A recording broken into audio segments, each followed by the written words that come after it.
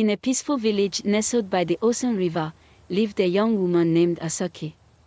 She was known for her beauty, kindness, and the love she had for her husband, Ode. They had everything they could ever wish for, except a child.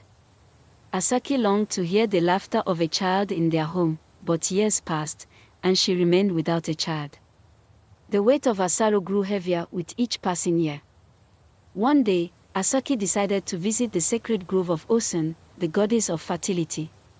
With tears in her eyes and a heart full of hope, she knelt by the river and prayed, "O gracious Osun, mother of all, bless me with a child.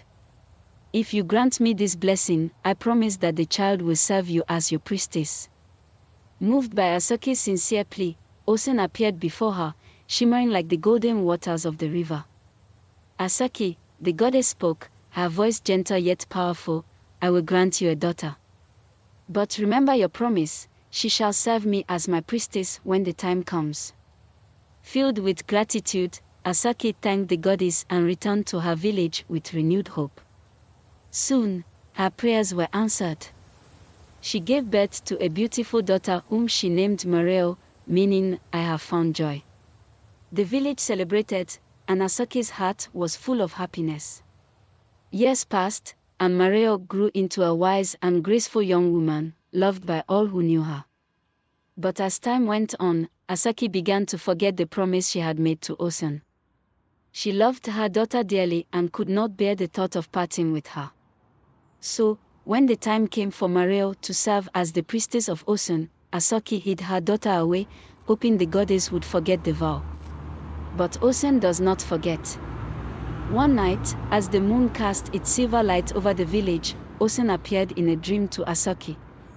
"You have broken your promise, Asake," the goddess said, her voice filled with sorrow.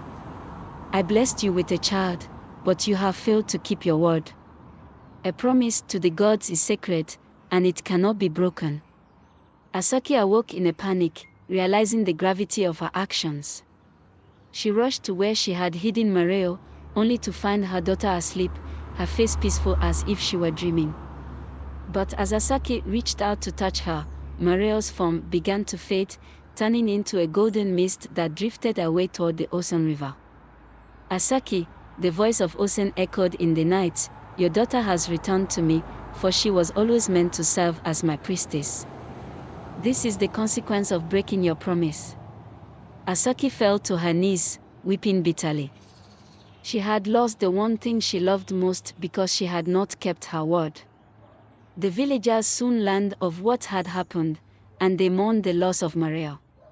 But they also learned a valuable lesson, that promises, especially those made to the gods, must be honored. From that day on, the villagers would visit the sacred grove of Osun to offer their prayers and respect. Asake, too, would go there often, seeking forgiveness and praying that others would learn from her mistake. She lived the rest of her days with the knowledge that while the gods are generous, they are also just. And so, the story of Asake and her broken promise was passed down through generations, teaching the importance of keeping one's word and honoring the gods, for a promise made is a bond that must never be broken.